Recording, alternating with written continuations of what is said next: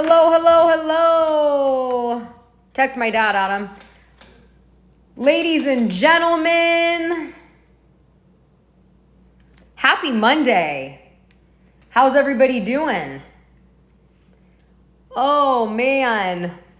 What a weekend it was. What a day it has been.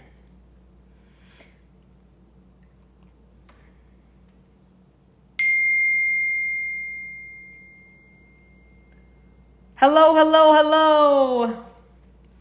Let's get our music playing. Just lining up here.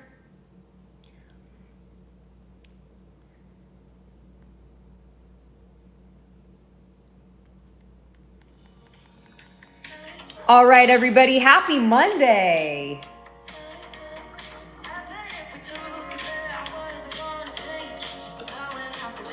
How's everybody doing?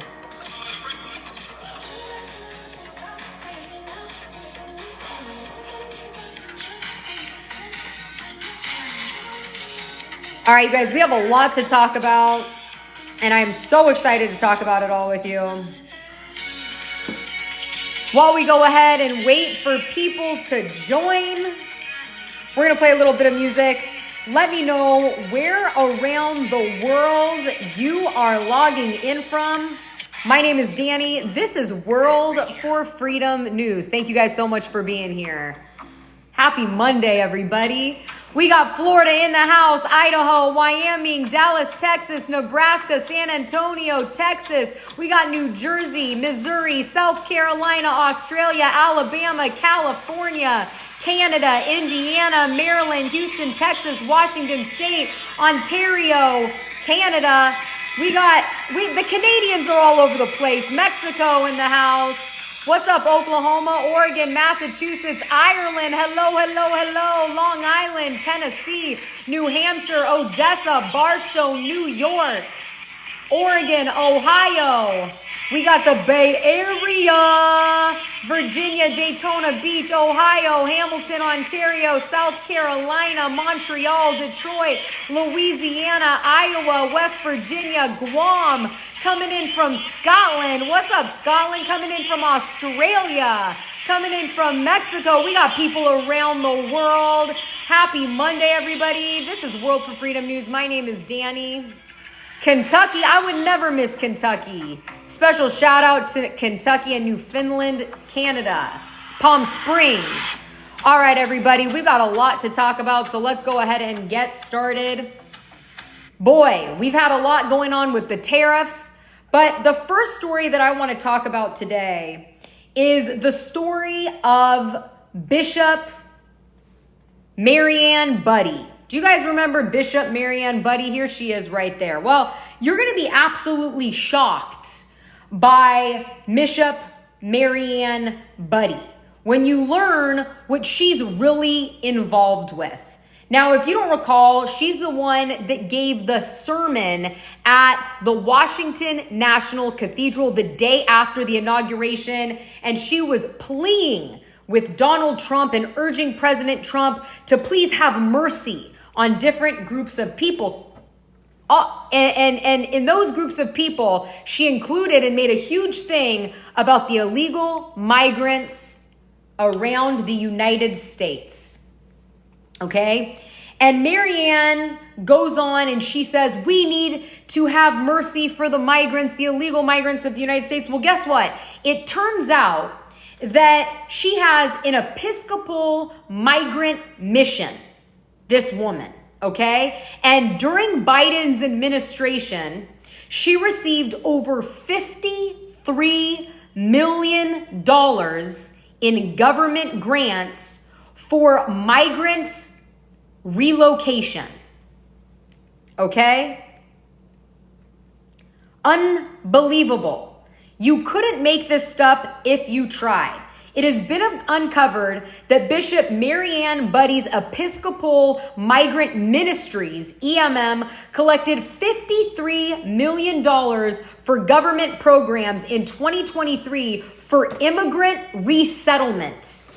And let me just tell you, okay, the numbers for 2024 aren't even out yet. The numbers for 2024 aren't even out yet. But I would bet my bottom dollar that Bishop Buddy, now known as Bishop Greedy Ass, probably received $53 million in 2024 as well for immigrant resettlement. I would not be shocked. She says, President Trump, have mercy. No, she's praying for her paycheck. She wants to come out here acting all holier than thou, going on The View. Oh my God, Whoopi and all of them saying, oh my God, you're so amazing standing up for the people. She's standing up for her coin, ladies and gentlemen. $53 million for her Episcopal Migrant Ministry, EMM, 53 mil just in 2023, government grants handed out during the Biden administration. That is enough to make you do a double take and also once again realize that this mainstream media narrative, this narrative that The View wants to push, is just a propaganda arm. They act like they're innocent, that they're doing good for humanity. But the reality is this lady was accepting millions and millions and millions and millions of dollars through her church. And of course, we don't know where that money went. We don't know at this point in time. Now, maybe she did resettle these immigrants, but it was 3,600 immigrants for $53 million. $53 million for 3,600 immigrants. Pretty crazy there. And remember J.D. Vance's face during that sermon, and he gave those eyes to the side, and he was looking at Usha, his wife, like, is this lady really saying this? But yes, of course, she was. Other news today that is very interesting is that 2 airport employees were arrested for leaking the video footage of the DC collision last week to CNN. I just posted the story. If you haven't seen it, go check it out. Do you remember last week there was a new angle that was released to CNN? And this new angle showed what it appeared like the Black Hawk helicopter at Reagan International Airport had a pretty long period of time before it collided with American Airlines flight 5342 coming from Wichita, Kansas. And from this new angle, you could see that this Black Hawk helicopter had at least 4 1,000s of time. 1 1,000, 2 1,000, 3 1,000, 4 1,000. Well, I didn't know where that video footage came from, but apparently it was 2 Metropolitan Washington Airport Authority employees, and they are now arrested and facing charges of, quote, computer trespass after allegedly making a, quote, unauthorized copy of the video.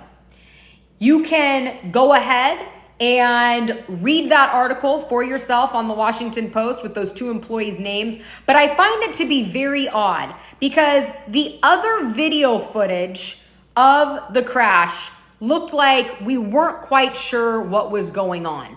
Donald Trump, President Trump, had said in Truth Social tweets that the airplane, the American Airlines flight 5342, was doing everything by the book. It had FAA clearance to land. It was on a perfect flight path to do so. And he called out the helicopter. He said the helicopter was flying at an altitude that was way too high. We know that the maximum allowable altitude that Black Hawk helicopter was supposed to be flying was 200 feet. It was flying between 375 and 400 feet in the air, perfectly aligned with the descent of that American Airlines flight coming from Kansas.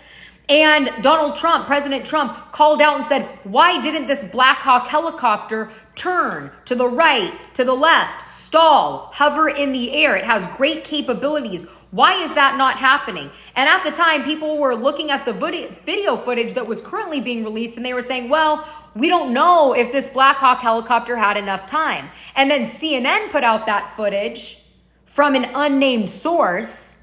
They said it appeared to be security footage from the airport, and now those 2 employees are arrested for unauthorized copying of this video. It's called computer trespassing.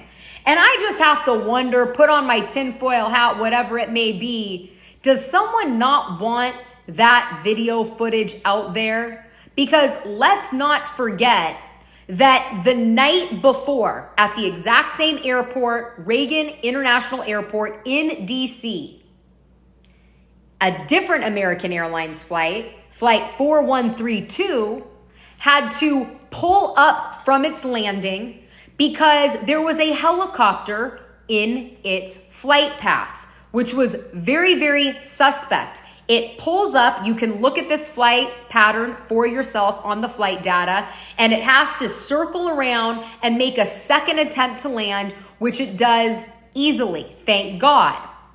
That's a very weird thing, that 24 hours before the crash, another American Airlines flight in the dark on a clear night almost collided with another helicopter. Now, we have not gotten any information on whether or not that helicopter the night before was a Black Hawk helicopter. But this Black Hawk helicopter, the night of the crash, was supposed to be doing military training. Now, you explain to me why a military training would be going on, first of all, near an airport at all, a national airport at all. Really doesn't make any sense to me.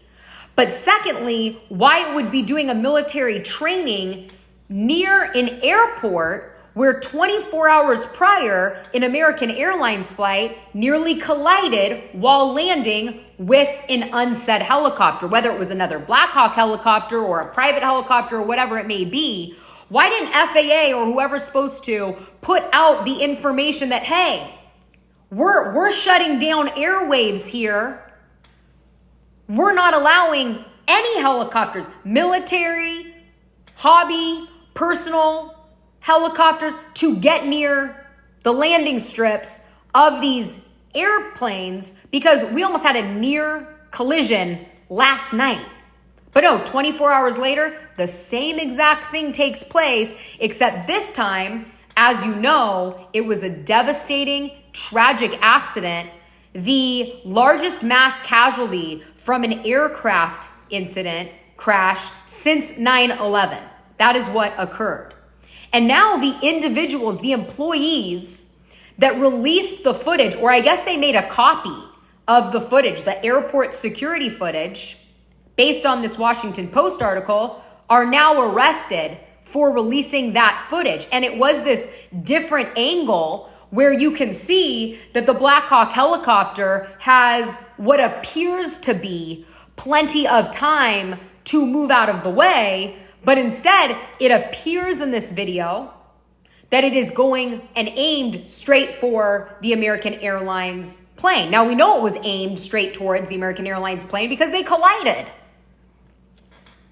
But why would these individuals be arrested? I've never heard of computer trespassing before for allegedly making an unauthorized copy of the video. I've never heard of that in my life, but doesn't make a difference. The 67 people still lost their lives. Why shouldn't we be privy to see this footage? And I do find it very odd that, and maybe it's just me, that I don't have a thorough understanding of the law, and that anybody that did any wrongdoing in this situation is going to be held accountable. Maybe that's the case, that they're really trying to just get to the bottom of it. But I would think if you want to get to the bottom of it, this video footage is valuable.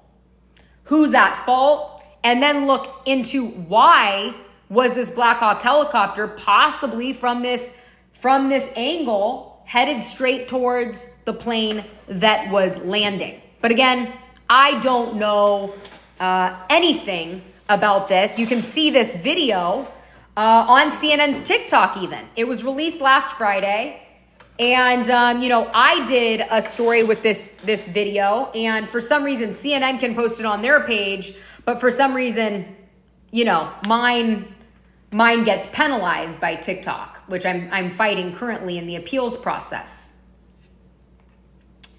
Over the weekend, as you already know, the tariff war began. Donald Trump imposed 25% tariffs on Canada and Mexico, with the exception of energy imports, energy exports from Canada that received a 10% tariff. And Donald Trump said, hey, I'm going to impose these tariffs unless you protect the border. In other words, I don't want to be spending all of Americans' dollars protecting the border from illegal immigration and substances that we don't want coming across.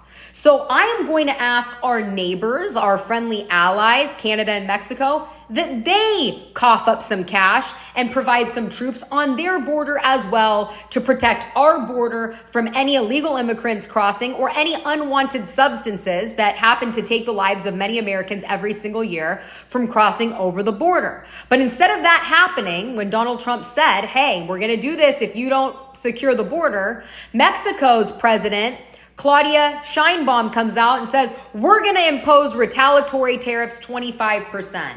And Canada says, yeah, we're going to do what Mexico does, and we're going to impose retaliatory tariffs against the United States. And Canada, Justin Trudeau's retaliatory tariffs said, we are going to target red states. We are not going to sell any red states products, which I thought was really odd. Why are you targeting the red states? Just do it across the board. Anyways, it didn't last long. 48 hours later, less than 48 hours later today, after the Canadian dollar dropped to an all-time low, lowest level the Canadian dollar has been at in value compared to the US dollar since 2003. I believed it cost $1.43 Canadian dollars to buy $1 US dollar just in 24 hours of these imposed tariffs on Canada. And you have to look at the big picture here. You know, it might look like Canada's coming in and they're saying, well, we impose tariffs back. The reality is that Texas has a larger economy than the whole entire country of Canada. So I don't know why Justin Trudeau is trying to throw around his big pen on the United States. But Pierre, the prime minister that is expected to replace Justin Trudeau in March, said, if I were in this situation, I would send the troops to the border to avoid these tariffs because these tariffs will cripple the economy in Canada. Well, today, after 2 phone calls, Justin Trudeau says, announcement, I had a great call with President Trump, and we will be deploying 10,000 troops to the border. Canada will be spending $1.3 billion protecting the Canadian border from any illegal immigrants going into the United States and any unwanted substances going into the United States. And Mexico did it earlier in the morning. They put 10,000 troops on the border, and they happened in the first 40 minutes of putting 10,000 troops on the border, they happened to arrest one of the major cartel leaders. Funny how that happens. And everybody's saying on the mainstream media, liberals are saying, well, Canada and Mexico were already doing that. What don't you understand? This was already being done. No. What you don't understand is that the United States was paying for the border protection. And what just happened is what Donald Trump had said he would do when he was campaigning, that he was going to have Mexico and Canada pay for the border protection from the United States. And that's exactly what happened. Mexico is fronting the bill for the Mexican troops, the 10,000 that are now going to be protecting the United States border. And Canada has now pledged $1.3 billion to protect the United States border. So that's the difference. If you want to listen to the mainstream media propaganda and the liberals out here saying, you guys aren't doing your research, it's already been done. No. Canada wasn't paying for it, and Mexico wasn't paying for it, and now they are. And because of that, Donald Trump has suspended the tariffs 30 days to see how this goes. And he said, look, it's a great deal for everybody. The art of the deal, as I call it. This is why it pays to have a businessman who has a history of knowing how to negotiate at the table with these other countries. He imposes the tariffs, the countries freak out, because their dollar plummets or their peso plummets. They come back to the table. They say, we'll send the troops to the border. Donald Trump says, great, no more tariffs. Let's revisit this issue in 30 days. Win-win for everybody. Win-win for everybody. Now, I actually started crying over this list earlier today. I was talking to my best friend on the phone. Everybody is freaking out about the USAID and Elon Musk coming in and saying, we are cutting all of this spending. People are saying, we didn't elect Elon Musk. And I have to say, I saw a hilarious meme that said, well, nobody elected Kamala Harris to run in the primary either. But neither here nor there. These are some of the things that DOGE, the Department of Government Efficiency, run by Elon Musk, that everybody's up in arms about. Not me, I'm not up in arms about it. This is some of the flagrant spending that has gone on. And I could not believe some of this stuff was real. And I think I'll be able to keep it together on the live, but I want you to know that earlier, I was on the phone with my best friend reading these for the first time.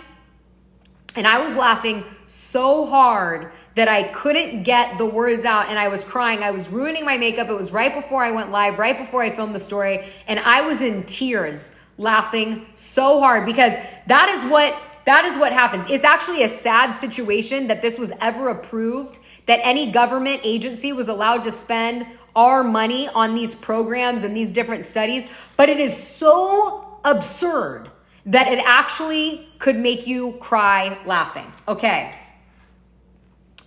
This is how the US government spent your tax dollars. By the way, these are tax dollars in 2024. 2.1 million was spent on border security for Paraguay. Okay.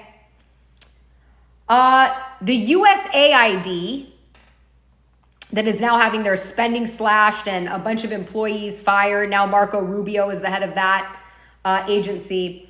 They spent $20 million on a Sesame Street show in Iraq. That's actually a real thing. A Sesame Street show in Iraq, 20 million. Okay, this is where I started laughing. The National Endowment for the Arts awarded the Bearded Ladies Cabaret a $10,000 grant to support a cabaret show on ice skates focused on climate change. Okay, that's real. Not that much money, but still $10,000 went to the Bearded Ladies Cabaret, a cabaret show on ice skates focused on climate change. $7 million was spent on various projects studying magic. Okay. This is where it starts to get good. Although the bearded ladies really had me crying. 1.5 million, a little bit more than that, to use kittens in a study to analyze motion sickness. 419,470 to determine if lonely rats sought a white powdery substance at a greater frequency than happy rats. Okay? This is the stuff the US government was spending money on in 2024. 2.3 million for the NIH to inject dogs with that white powdery. 75,000 in grants on a Harvard study. Oh yeah, this is where I lost it. 75,000 in grants on a Harvard study to study lizards, to study lizards being blown off trees with leaf blowers. Can you imagine? And who are they hiring? Imagine, who are they hiring at Harvard? And where is this being done? On the Harvard campus, where $75,000, like, okay, Joe, hold the leaf blower. And then you have a bunch of Harvard students out there studying. Did the lizard move? I mean, what is the purpose of this study anyways? It is so absurd. 75,000 in grants on a Harvard study on lizards being blown off trees with leaf blowers. It is unbelievable. Okay, we continue on with this. 123,000 teaching children in Kyrgyzstan how to go viral on social media. Okay? The State Department spent $4,882 on influencers. on influencers. And you're right, where is PETA in all of this? Where is PETA? The PETA's not checking on the lizards or the bearded ladies. Shame on them. That was a joke. 4.8 million on influencers. I don't know who those influencers may have been, but there are some backstreet boy band liberal influencers that are doing debates every night, and I wouldn't be surprised if one of the boy band members was getting paid out of that fund.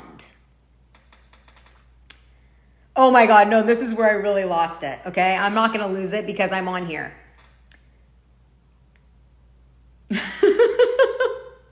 Okay. $6.9 million was spent studying smart toilets that recognize users' anal print. Yep. Let that sink in. That is a real government spending in 2024. Okay? Why that's necessary, I don't know. Are you doing like a smartphone unlocking? Do you have a smart toilet you don't want anybody else's print to be used for? You have to moon your toilet before the lid lifts and you get access. So almost $7 million studying that. A smart toilet. $7 million on a smart toilet that recognizes the user's print and not my thumbprint. Ladies and gentlemen, not my thumbprint. I almost just started crying again. It's too unbelievable, okay? we continue on. We continue on. $118,000 to study if a metal replica robot of Marvel Comics Thanos could really snap its fingers. $1.5 million studying the effects of yoga on goats. $1.7 billion maintaining empty government buildings. $5 million on campaign to promote an alternative music scene to get hipsters to stop smoking. $2 million to create an internship program that resulted in hiring of one full employee at the Department of Agriculture. Can you believe that? $2 million to create an internship program that resulted in hiring one of the full-time employees at the Department of Agriculture. And by the way, for those of you saying cite my sources, it's all over, okay? And I guarantee you Fox will probably be doing this story, like they do a lot, tonight. Okay, so go ahead and check in there. In 2021 alone, the government managed to misplace $281 billion in payments, which is not shocking after what was revealed yesterday when Zelensky announced that he has not received $100 billion of taxpayer funds approved by Congress to Ukraine, which we're going to get into that in a second. The last two, 1 million studying the effects of music on dairy cows, which I actually find this study to be fascinating. They've done it in Europe and other places. But that should be an independent study. The government should not be spending money on the effects of music on dairy cows unless they're going to be giving money to small farmers to make sure that cows are getting treated really well like they do in Italy, and that they're getting their milk hand pumped, and that we're getting the best milk and cheese and everything possible. And 1.7 million to study the effects on fish. So I have no idea why that is needed. But you guys, the bearded lady had me going, and the smart toilet took me down when I was reading that to my best friend on the phone. I wasn't even sure if I was going to do it on the live, but I laughed so hard that I couldn't help myself. And the Democrats and the liberals are up in arms about the USAID. They're saying that The government just took over the federal government. Chuck Schumer said, before our very eyes, an unelected shadow government is conducting hostile takeovers of the federal government. They're talking about Elon Musk's Department of Government Efficiency. And Chuck Schumer says, this is the beginning. If Doge attacks the USAID today, who knows? Next thing, it might be the IRS. And he names other programs. And I go, who are you trying to win over here? You're saying that Doge might get rid of the IRS? Are we going to be following through when Donald Trump saying we're going to impose tariffs on other countries and get rid of income tax like he's been floating around? I'm all for it. I don't know. Sometimes the liberals say things and I go, yeah, that's what we want. That's good. Is that supposed to be a bad thing? Who are you speaking to here? Listen to this. Also know this is just the beginning. If Doge attacks USAID today, then you can be sure they'll move on to another target tomorrow. Who knows? Maybe it'll be the Postal Service or the IRS or even the Social Security Administration. They could be next. Or maybe our national security agencies. Also know this is just the beginning. And we know that Chuck Schumer and the Democrats, they would love to get rid of the national intelligence agencies right now because Tulsi Gabbard is about to be appointed as the director of the intelligence agency, and Kash Patel is about to be appointed the director of the FBI. In fact, I almost did this story, but I'll tell it to you now. Senate voicemails are full, as the Italians say. When I was going to Italy, I kept calling this one restaurant trying to get a reservation, and every day the Nona would say, we're full. The Senate voicemails are full. Because so many Americans have been calling in saying, you better approve RFK Jr. You better approve Tulsi Gabbard. You better approve Kash Patel. That's what we, the people, voted for. That's what we want. And I have Democratic friends. I have people that, in my opinion, I get it. We can have different opinions. But sometimes I look at the things they post and I go, wow. You are drinking the government propaganda, the mainstream media propaganda Kool-Aid when they talk about RFK Jr. They say RFK Jr. doesn't know the science. And I want to post the meme about last year when we had a male emoji pregnant. You told me last year men could get pregnant and you're telling me RFK Jr. doesn't know science? Okay, I'm just saying. Let's reel it back here. Let's reel it back. And last week during RFK Jr.'s Senate confirmation hearing, it was exposed, ladies and gentlemen. All the senators were exposed. And to my surprise, Bernie Sanders was exposed as being someone who's received millions of dollars from Big Pharma. But he said, no corporations. Well, you know what? That's a great narrative, right? You make sure no corporation paid you any money for your campaign from Big Pharma. He said only individuals. Yeah, the CEO of the Big Pharma companies, the COO, the CTO, all these high-level employees of these Big Pharma companies were making donation to Bernie Sanders, but he was able to say no corporations paid him money. It's a little political loophole there.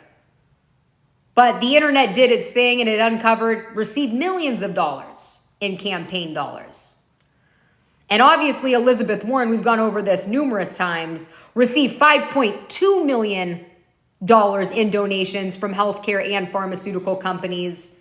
And we know how it works in the United States. It shouldn't work this way, but the more money you have for your campaign, the more likely you are to be elected. So the people that were freaking out, they don't want their money stream going away.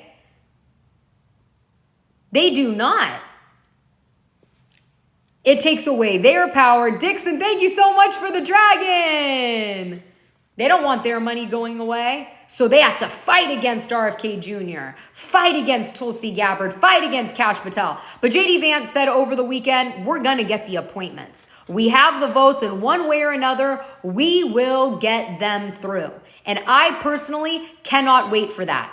And I did a story last week about how mainstream media, before the Senate confirmation hearing began with RFK Jr., there was a woman and she was writing a negative headline about RFK Jr. before the Senate confirmation hearing even began. Well, now it's been uncovered that, what's her name? Dr. Lena Wu, let me see. I don't want to misspeak. But it was a doctor that writes for the Washington Post. And it turns out she had received over $1.5 million from Big Pharma herself. Go figure. So you have journalists that are doctors that are working for our news. They're bought and paid for by Big Pharma. Senators or campaigns are bought and paid for by Big Pharma. And you wonder why everybody is so anti-RFK Jr. and Tulsi Gabbard and Kash Patel, who are pretty openly against the industrial war complex. So I am assuming by the end of the week, I'm hoping by the end of the week, we will be getting confirmation for all three of them, but the sooner the better. JD Vance was in East Palestine, Ohio today because, believe it or not, today marks 2 years since the Norfolk Southern train derailment in East Palestine, Ohio, where a toxic chemical called vinyl chloride spewed into the environment there. And then somebody with a bright idea decided, let's light this on fire. And it created a phosgene, a chemical cloud that was used as a war tactic in World War II that covered miles and miles of sky. Dixon, thank you so much for the microphones. Their water was ruined. The Ohio River that provides tap water for 10% of the American population was tainted. And there were some weird things that were going on in East Palestine, Ohio after this spill. And remember, the Biden administration didn't go out there, but Donald Trump at the time, before he was President Trump, flew his private jet there, provided first aid, provided water bottles to the people, and he said, we're going to get this cleaned up. We're not going to forget about you. And when Joe Biden went out last year in January or February, around the anniversary in 2024, they booed him and he had to turn back home. Well, today, JD Vance went out there to give a message on behalf of the Trump administration and said, we will not forget about you. We are going to get this fixed. Listen to this. The president loves this community. Of course, he visited himself personally. And President Trump just wanted to deliver a message that this community will not be forgotten, will not be left behind. And we are in it for the long haul in East Palestine. And what does that mean? Well, one thing it means is that, of course, the environmental cleanup has to get done. It's a tragedy and a shame that it wasn't done during the last administration, but I guarantee we're going to finish the cleanup during this administration under the great leadership of Lee Zeldin, our new EP administrator who stands behind me. And I also think that part of that means the long-term economic development of this community. We know that a lot of local businesses and a lot of local people lost a lot when that train disaster happened a couple of years ago. We are committed not just to finishing the environmental side of the cleanup, but hopefully seeing East Palestine build back better and stronger and more prosperous than it was before this disaster happened in the first place. The president loves this community. I loved everything about that speech except the build back better. Whoa there. I got a little concerned. No, I'm just kidding. But amazing. I love JD Vance. He's so well spoken. He's so eloquent. And he's just a man of the people. And the fact that he's there on the anniversary telling the people, we are going to make sure that you are whole again. Why wasn't the former administration there in the last 2 years is the concerning part. And I'm sure you guys all feel this, whether you're on the left or the right or independent. It is amazing, and it has been amazing to watch. Trump has been president for, 2 weeks now? 2 weeks, and yet in one day, he visited North Carolina and California, and he told the people of North Carolina, we're cutting the red tape, we're investigating the insurance companies, and he's telling the victims of Hurricane Helene, we are going to make sure that you are taken care of. And 24 hours, less than that he went out there, spoke with the victims, did the press conference where he brought up men and women, individuals to speak about their experience with the insurance companies. There was a line of construction trucks waiting to come in and remove the rubble and start rebuilding North Carolina. It is amazing to see that this administration does care about the people. And whether or not you like the tariff situation, and whether or not you think that it's right that Elon Musk is going in and he's an unelected official and he's appointed and he's doing this work where he's cutting government spending, by the way, for no pay, whether you agree with that or not, I don't know how one person can't agree that this administration already in the first 2 weeks is doing a phenomenal, stellar, unprecedented job at visiting the American people that have been affected by disasters, lost everything, turned away by FEMA, turned away by insurance companies, and having somebody come in and bat for them and say, you know what, we're going to get this fixed.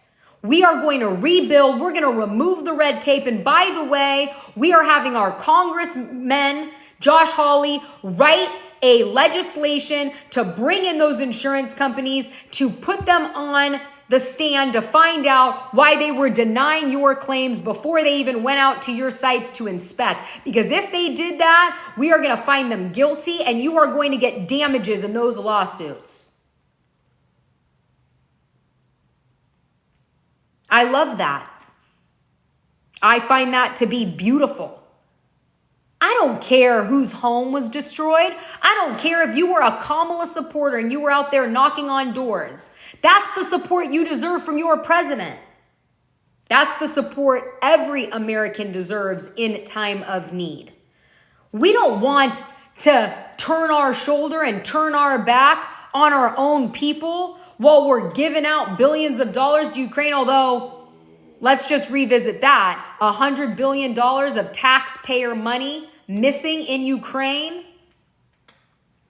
Boy, did that rat Zelensky, boy, did he spill. He is calling for daddy. Daddy Trump, Daddy Trump. He knows that President Trump and President Putin of Russia are currently negotiating an end to this war. And Zelensky really, he has no negotiation chips on the board anymore, except for to say, hey, I'll be the whistleblower on the last administration. We never received that $100 billion. We were approved by Congress $177 billion of taxpayer money, but we only received $77 billion. Zelensky coming out in his leotard tap dancing for Trump. We didn't get 100. We didn't get 100. We didn't get 100. Where did it go? And that is the question. Where did it go? Who did it go to? And why now is he decided to blow the whistle? He had how many years to blow the whistle? How many years did he have under the Biden administration to go, hey, just want to let everybody know, just want to let the world know we only got $77 billion out of that $100 billion. And when you think about $100 billion going missing, and we were just talking about all of the catastrophes that happened in North Carolina, in Maui, in California, that $100 billion could have rebuilt and taken care of all of this. Let's not forget the people of Maui, in Lahaina on the west side of the island. Front Street destroyed.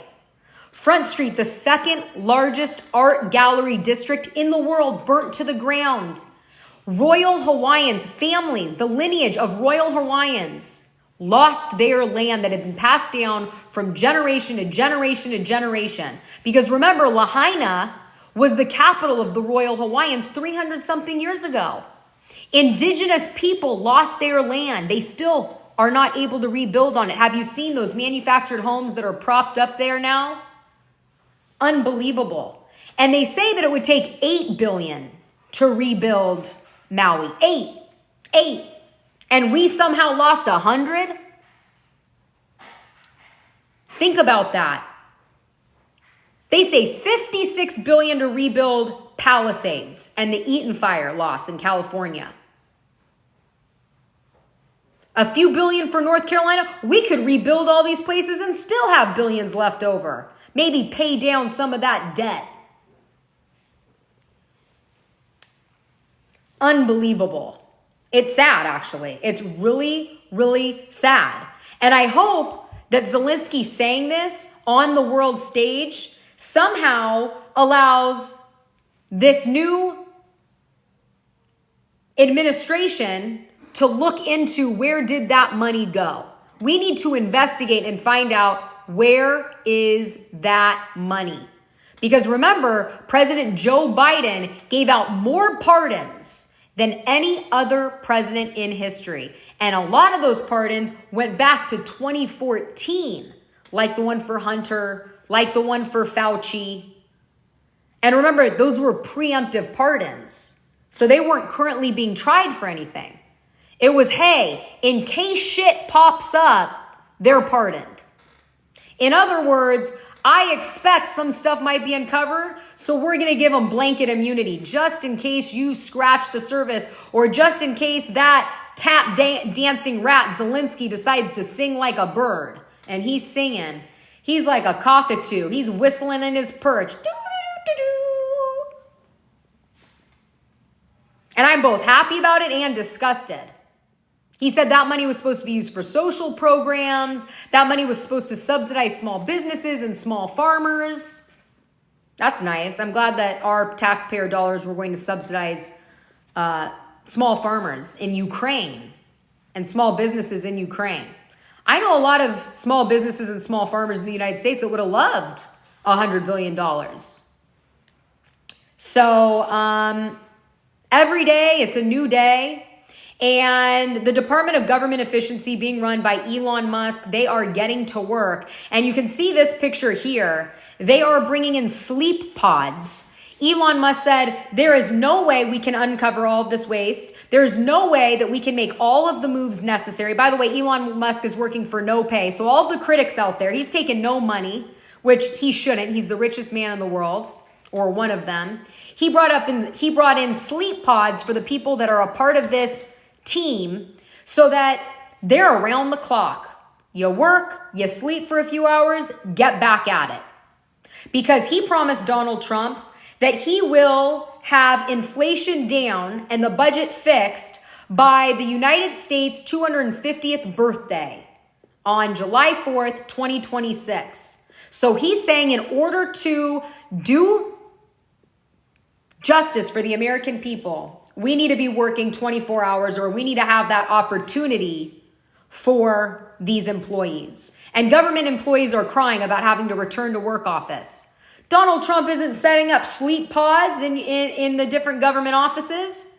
He's just saying, come in. We're paying for these buildings. You have an office, come in. I know a lot of people whose companies are happy to have work from home so they don't have to pay corporate leases and commercial leases. I know a lot of employees working for private companies that would love to have a place to go. And President Trump is offering them 8 months pay. If you want to leave, you don't want to come in the office, you get 8 months pay. That's a pretty good deal. That's a pretty good deal. But they're acting like they're a part of the Department of Government Efficiency, and Donald Trump is saying, come in and sleep here. No, that's just for the Department of Government Efficiency. So it's been a crazy day. We expect more this week. Obviously, we're looking for those appointments for RFK Jr. We are looking for Tulsi Gabbard, and we are looking for Kash Patel, who I love. You guys know I'm a huge RFK Jr.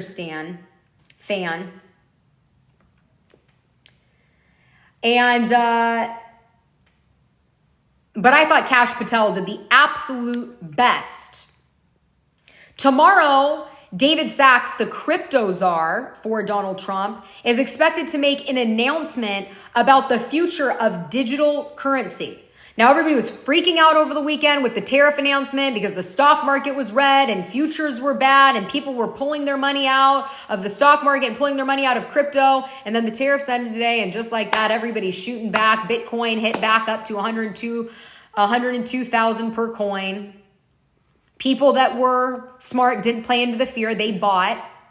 And tonight I was supposed to have on a crypto expert, Lucas, but he's launching a program, a new business this week. So he's actually going to come on either tomorrow or he's going to come on Thursday. And then on Wednesday morning, for those of you that don't know, I'm now doing a morning show around 10 a.m. Pacific Standard Time because so much news is coming out. I got to do the morning, I got to do the night, and we got to get everything in between. On the morning show on Wednesday, we are going to have Rob Cunningham, a very smart individual who's run his own businesses. He is a crypto expert, come in and talk about the Trump administration, the golden era of the crypto digital era, and what he thinks is going to happen. There will be no financial advice, but if you're like me and you consider yourself a crypto normie, which basically means you know very little about crypto, log into that show. That'll be actually an earlier time on Wednesday. That'll be at 9 a.m. on Wednesday, Pacific Standard Time, with Rob Cunningham. And he's a very smart guy. I did a spaces with him on X. He has a big following on X. He's new to TikTok, but very, very smart gentleman.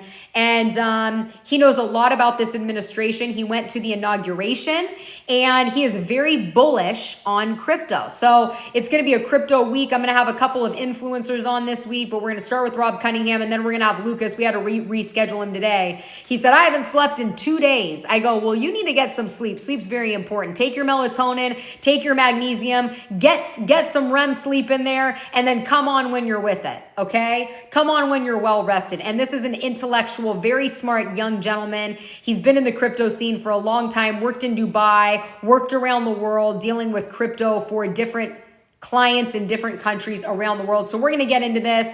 I figured if I want to know about it, you want to know about it too. So that is all for tonight. I want to thank you guys for the follows, the likes, the shares. I want to thank you guys for being here, for all the comments. Before we get off, I just want to say a quick prayer. Dear God, dear angels, I just want to pray for all the people around the world that are dealing with war, all the people that are homeless, that are hungry. We ask that you provide them shelter, that you provide them food. I want to pray for anybody in the world that is dealing with any sort of an illness, whether it be cancer or a brain degenerative issue like dementia or Alzheimer's or ADHD or autism or Parkinson's, that you wash over them, Lord, and that you give them a path to healing. I want to pray for anybody that is dealing with obesity or diabetes, anybody that is dealing with loneliness, anybody that feels that they're scared or fearful or they haven't found their purpose and they're lost, that you give them comfort, Lord, and that you lead them to their purpose, that you give them a friend and a smile to brighten their day and let them know that they matter.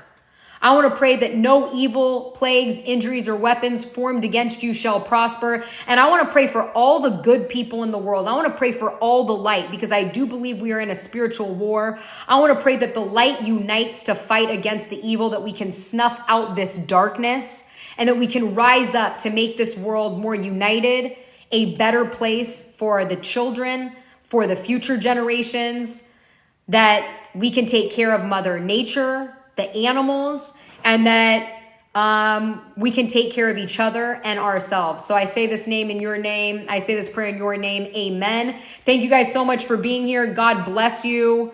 I really appreciate it.